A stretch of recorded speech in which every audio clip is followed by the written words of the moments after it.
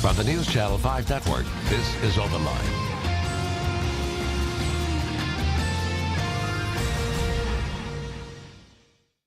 Hello to you all and welcome to Open Line on this cold Monday night. So glad to see everyone here in 2015, kicking off our new year here on News Channel 5 Plus. And we're joined by a familiar face and a woman who truly is here to help you. She has the greatest advice, Dyan Damron. Thanks for being here. Thank you for having me. So today we're going to talk about fitness, nutrition, and how to keep your New Year's resolutions. And I think she has the greatest advice. We'll start off with that. Because too many people, we all do it. You know, we say, oh, I'm going to lose weight, I'm starting to go to the gym. And you make this over-the-top goal and put so much pressure on yourself that that's why you end up not keeping it. So you say to start off slow. Yeah, just be realistic. That's the biggest thing. Be realistic, because everybody talks about, you know, oh, I'm going to lose 100 pounds this year, or I'm going to go to the gym every single day, or, you know, and usually, and I've even seen, you know, on social media, plenty of people have already stopped their, like they've already given in, like, oh, I'm not doing that, or I've given up sugar or whatever. Just be very realistic about what you're doing, what you want to do. And when I say be realistic, I really think, you know, if you have not run farther than maybe across the parking lot, or if you haven't, you know, run after anything, or unless somebody's chasing you, chances are you're not going to run a marathon this year. Right. So don't make that a resolution. And I've done that before, like stopped running for a while, and then I'm like, I'm going to start again. I get on the treadmill and try to run 5 miles, and then I'm miserable for the next 3 days, and then I want to run again. Yeah. So you got to pace yourself. Yes, be realistic about what you know you can achieve and what you're probably going to achieve. Don't do something that chances are you're not going to do. Same thing, if you haven't set foot inside of a gym in the last couple of years, don't go in and join a gym and say you're going to go every day. Kind of try to figure out what you're going to do. Maybe if you have a friend, you know, sometimes you can go try a gym for a day and for free, and just kind of figure out what you want to do. Just don't be overly realistic. That's why resolutions usually fail, is because the expectations are so high, the limitations are so short, you know, you just kind of give up. But I love that you said in here to make goals for yourself. Instead of trying to run 5 miles when you've been running, maybe do, you know, a mile and then walk, and just build your way back up. Absolutely. And I think, you know, one reason why I kind of started this is I actually lost 50 pounds myself. I was overweight and self-conscious as a teenager. I know, and we have your pictures up there, which, let me say, you looked beautiful. Well, thank you. You really did. But I love that you point this out to people, because I think people might look at you, and if they don't know your background, they say, well, she's, you know, in shape and thin. It's easy for her to say, but she actually has lived through this. And you lost 50 pounds, and you've kept it off for a long time. I've kept it off for about 15 years, a little over 15 years. And it was not something, I tried lots of diets, so I know about that. I know I would tell myself, oh, I'm going to go do this. And I run now. I run probably 25 to 30 miles a week now. But I will tell you, when I first started, I could barely run maybe 100 yards before I had to stop. So it's not something that happens quickly. My biggest thing is, you know, in January 1, it doesn't have to be January 1. Every new day is a new chance. Every new meal is a new chance. Just, you know, make a decision. My idea is to, instead of making one huge New Year's resolution, like I'm going to lose 100 pounds, say, you know what, each week I'm going to make and set and reach a goal every week, whether just a little small step every week. So, you know, say, okay, this week, if let's say you're not eating breakfast, say this week I'm going to have a healthy breakfast. I'm going to do that. And then as you make little small steps, they kind of become routine, and then it becomes easier to accomplish. Yeah, I think so. It's kind of like what is it, like a ball that gets bigger effect, I think, because you said in here, like, maybe start out in the morning and just get up and try to do, you know, a plank or some sit-ups.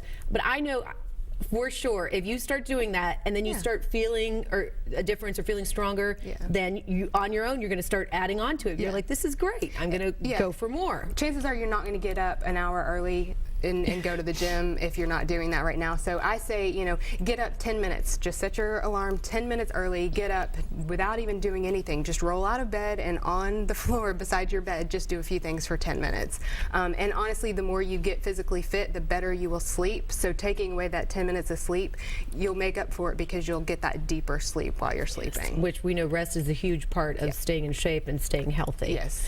Okay, well, let's talk about some things we can do. You know, it's so funny because you mentioned no sugar, which is hard. I've done that before, but it really can make a huge difference, right? Yeah, and I really am not a fan of eliminating anything from your nutrition. That's why my book is called Don't Diet, Live It. Don't go on a diet. Make a change, a lifestyle change that you can live with.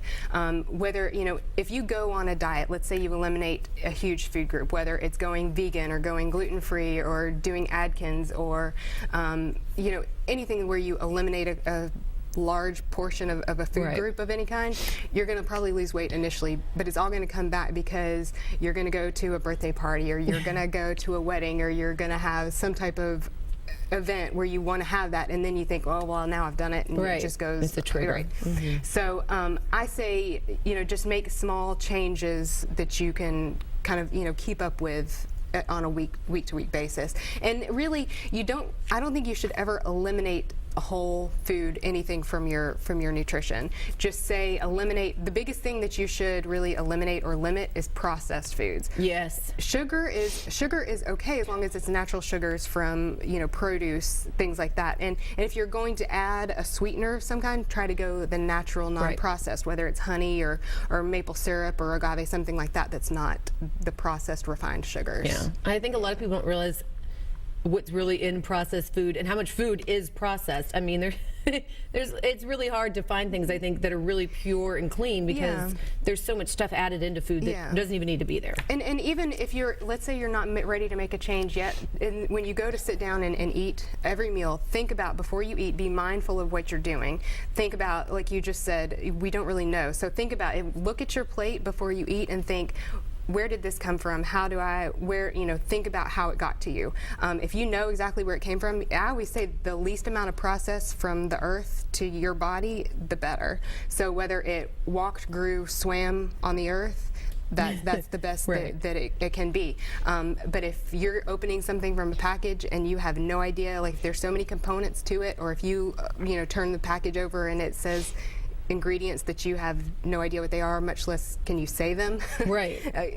Not good. Not good. Yeah. Just kind of think about what you're putting into your body. Absolutely. All right. So you mentioned, though, let's touch more on, you said make a schedule, because I think it's a great tip too, because we schedule a lot of things, hair appointments and dentist cleanings, but I think if you write down time to exercise or maybe do meal prep, yes, you're going to do it. Yeah, and I think we should be very important to ourselves, and especially as parents, as caregivers, whatever. We always put those other people ahead of us, but you can't really take care of other people unless you are healthy and you're well yourself. And I think I've said this on here before, but when you're on a flight, if you have somebody that you're caring for, what is the first thing they say to do with the oxygen mask? It's put it on yourself first, and then take care of your passenger, or your child, or whoever it is with you. And that's just like in our daily lives. We have to take care of ourselves before we can take care of anybody else. So put it in your iPhone or in your, however you keep your schedule. Write it. I'm a big fan of putting, like a wipe off board on the refrigerator for family meals and, grocery prep and all that kind of stuff. Make a day on your off day. Go to the grocery. Put that in your calendar. I'm going to the grocery. This is the day we're going to prep meals. Right. This is the day I'm meeting somebody at the gym, or I'm going for a walk around the block. Whatever it is, put that in your calendar, and as long as you see it, keep that date with yourself. Great. Okay. We have a caller. Okay. It's Chuck. Hi there, Chuck. What's your question? Well, good afternoon. Hi. Good evening, I mean. That's okay. My question is, do you know anything about stevia, that sweetener, stevia? That's a great question. I was going to ask that too. Yeah. That and Truvia and... Yeah. Okay, I think I'll hang up and listen. Okay. It is more of a natural sweetener. Again, I try not to add any type of sweeteners. The more stevia is an okay one, and I know Nick Barris is a big fan of stevia. He talks about it. Stevia, is it plant-based? I think so. Okay. Yeah. Again, I try not to buy any type of sweeteners at all. unless it's natural, whether it's the honey, agave, and maple syrup are my favorites. And one reason also why I like those is they have a little bit of flavor to them. So you can add, you know, if you add a little bit of maple syrup to like sweet potatoes, you can add just a little bit and you get that smoky sweetness. Stevia and you know, any of the other packaged sweeteners that you can get, I try to say limit them. Again, if you eliminate them, it's kind of hard to do that in today's society. Maybe limit all of those sweeteners to one or two a day. That's good. Yeah. Yeah. And maybe he was I mean, specifically asking about coffee, because I can't drink coffee without something in it, and I put Stevia or Truvia, one of those. I have to put a pack in there, or else I can't. And that's fine. And coffee is very good for you too. So as long as you're limiting it to, you know, a couple cups a day. But again, however you sweeten it, one or two a day is not going to hurt you. And even drinking diet sodas, I don't drink diet soda myself, but I have a lot of clients who do. One diet soda is better than 8 diet sodas a day. You know, so yes, so indeed. I think, again, if you eliminate something completely, chances are, whenever we say we can't have something, we sit in a tub of it eventually. You know, it's just going to be something where you have to have it. So moderation is best in any of that. And even with sodas, though, you can. I used to, when I was in my early 20s, I drank regular soda all the time. Well, then I got a boyfriend who was like, you know, that's gross. It's so sugary. You should, you know, drink diet. And he would only buy diet in our house. So then I started drinking diet, and I got used to it. But then when I really started drinking a lot of water, I got to the point where I couldn't, and I love diet soda. I could literally, like, I would get one at like a fast food place with ice because I would just crave it, and I get halfway through it and be like, I'm done. You just don't. It doesn't taste good to you anymore. I stopped drinking diet sodas, and I would only usually have like one a day when I was working in corporate. I would have one a day, and I started drinking coffee and just a lot of water with lemon and things like that. And now, a while back, it's been several months, I just had a sip of soda, and it just about killed me. It's just. And I think that's something that, you know, it's just something that you get used to, and it's once you reduce that, and that's sort of being realistic in your resolutions. Let's say your resolution is to quit soda. If you're drinking sodas, whether they're regular or diet, if you're drinking several a day, don't say you're going to stop.